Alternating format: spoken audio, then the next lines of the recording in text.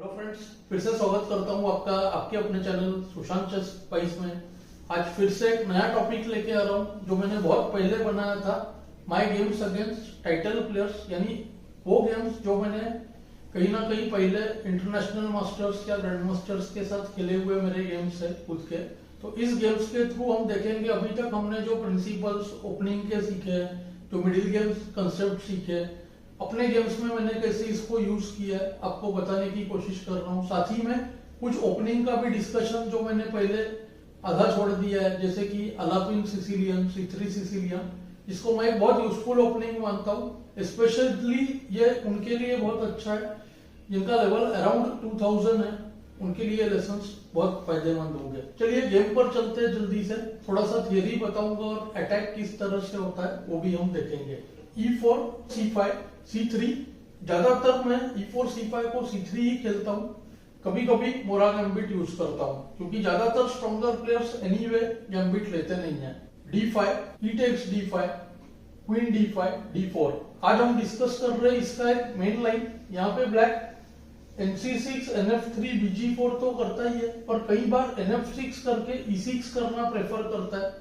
उसमें वो सोचता है कि B6, BB7 से व्हाइट को आइसोलेटेड पॉन दे देगा आगे और D5 स्क्वायर पे ज्यादा से ज्यादा कंट्रोल रखेगा। तो चलिए देखते हैं NF6, NF3 और E6। इन लाइंस के बारे में मुझे सबसे ज्यादा जो पसंद है कि बहुत फ्लेक्सिबिलिटी देता है व्हाइट को। अगर व्हाइट IQP पॉन लेके खेलना चाहता है तो उसने सीधा यहाँ पे BD3 कर CD इस टाइप के पोजीशंस को खेल सकता है क्योंकि अब BG4 आ नहीं रहा है। और अगर वो D4 पे पीस से कैप्चर करना चाहता है तो क्वीन साइड पॉन मेजोरिटी और बिशप पेयर उसका भी यूज कर सकता है। जैसे मैं फॉर एग्जांपल यहाँ पे बिशप E3 खेलता हूँ, तो बिशप E3 से फायदा क्या होता है, C takes D4 को हम नाइट D4 ले सकते हैं, या इस केस में तो CD4 भी ले सकते हैं।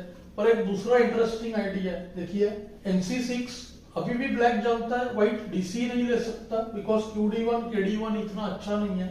पर ये जो मूव है बहुत ही इंटरेस्टिंग है, देखिए नाइट A3, बहुत ही इंटरेस्टिंग आइडिया है। अब व्हाइट CD को जो है पीस से रिकवर करना चाहता है, of course bishop A3 allow नहीं करना है। और दूसरा NA3 से देखिए थ्रेड बन गया D takes C5। अब BC5 नहीं होगा क्योंकि क्वीन D5 करके बिशप जो है चला जाएगा और QD1 को रूक टेक्स D1, तो C5 का पॉइंट बच ही जाएगा। तो यानी कि CD4 ऑलमोस्ट फोर्स्ड, और CD4 आते ही देखिए NB5, बहुत ही यूजफुल इंटरमिजो है। काफी लोग सोचते हैं यहाँ पे A6 कर सकता है ब्लैक टू स्टॉप NB5, लेकिन A6 को NC4 और आइदर नाइट E5 या नाइट B6 होगा, तो वो भी पोजीशन जो है व्हाइट का बेटर है। तो CD4 को NB5, अब देखिए थ्रेट है नाइट C7 चेक में क्वीन चल रही है, तो ऑलमोस्ट ओनली मूव QD8। और अब यहाँ पे व्हाइट CD नहीं चाहता है, नाइट टेक्स D4 चाहता है, और पॉइंट कैसा है, नाइट टेक्स D4 को बिशप टेक्स D4। तो ये पोजीशन मुझे बहुत ही पसंद है क्योंकि बिशप पेयर के साथ व्हाइट जो है किंग साइड पे बिशप ऐसे प्लेस करते हुए अटैक करेगा बिना कोई सैक्रिफाइस में। इसको मैं कहता हूँ फ्री का अटैक मिलना, यानी कि नाइट E5, BD3 और फिर क्वीन E2 या क्वीन F3 से किंग साइड पे ट्रांसफर। अगर इसमें अटैक नहीं भी हो तो queen side pawn majority plus bishop pair से यहाँ पे पासर भी बना सकता है व्हाइट। तो बहुत ही प्लेजेंट पोजीशन है।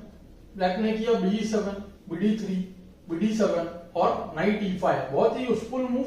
जैसे ही बिशप C6 आएगा व्हाइट नाइट C6 ले लेना चाहता है, तो बिशप C6 खेला ब्लैक ने।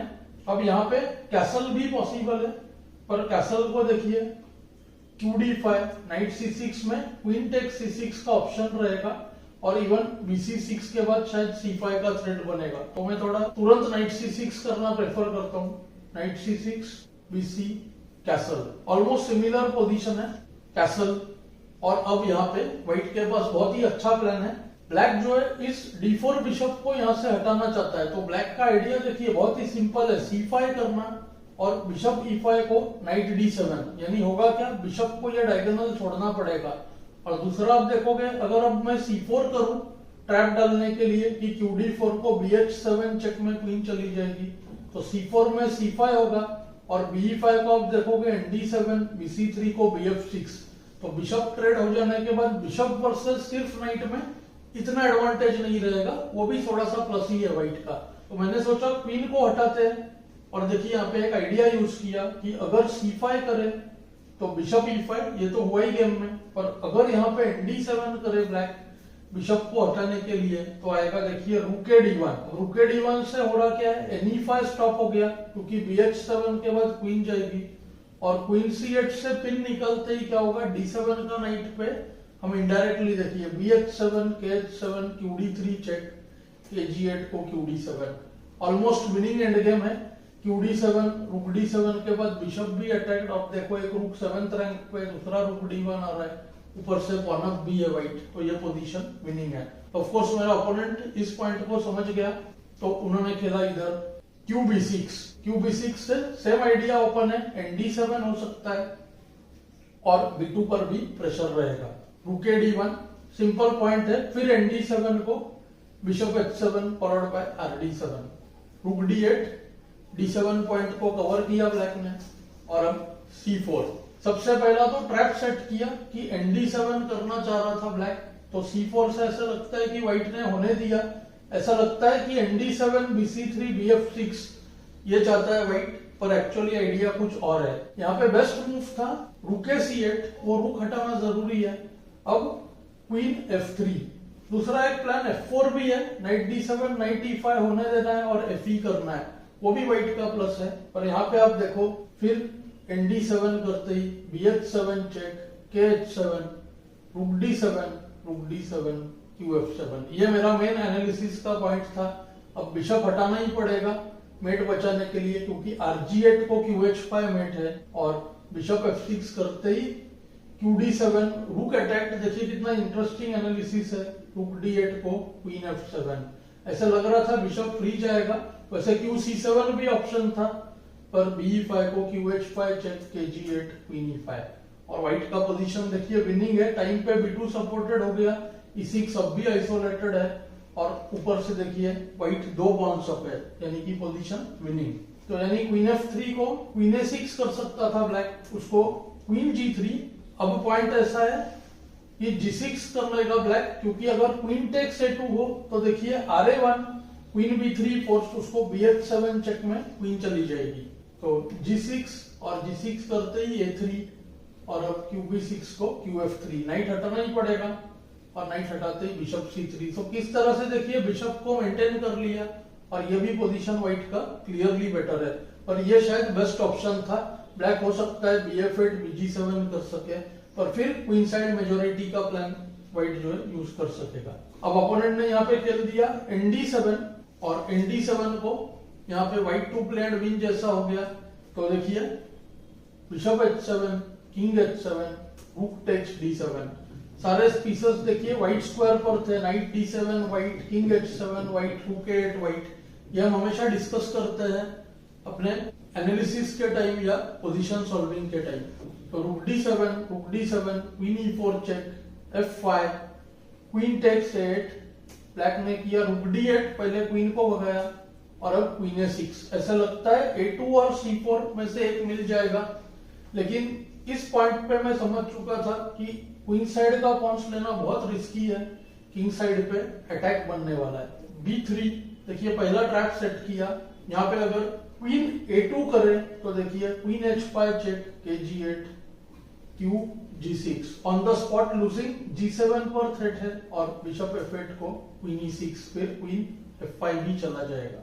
तो ब्लैक ने खेला bg5, उसको h4, अब कोई चांस ही नहीं मिल रहा है, bh4 को क्वीन h5, तो bh6 फोर्स और उसको h5। देखिए g6 का पॉइंट वीक हो गया है, फिर क्वीन a2 नहीं ले सकते, क्वीन a2 करते ही देखिए qg3, अब एक इंटरेस्टिंग थ्रेट बन रहा है, किंग g8, qg6 और g7 का थ्रेट था।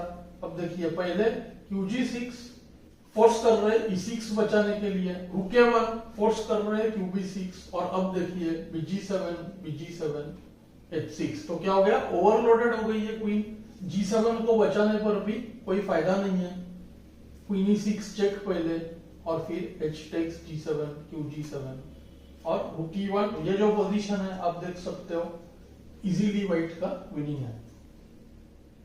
रूक हैंगिंग था इसीलिए रूक हटाया है, तो क्वीन f5 नहीं हो सकता था। ब्लैक ने खेला g5 और g5 करते ही g6 चेक, kg6 qg3, अब ब्लैक को समझ में आ गया कि क्वीन साइड पे तो कुछ हो ही नहीं सकता है, पोजीशन होपलेस है, तो उसने रिजाइन कर दिया। पॉइंट एकदम ही देखिए सिंपल है, किंग F7 होते ही queen H4, important double attack bishop और रूक पर।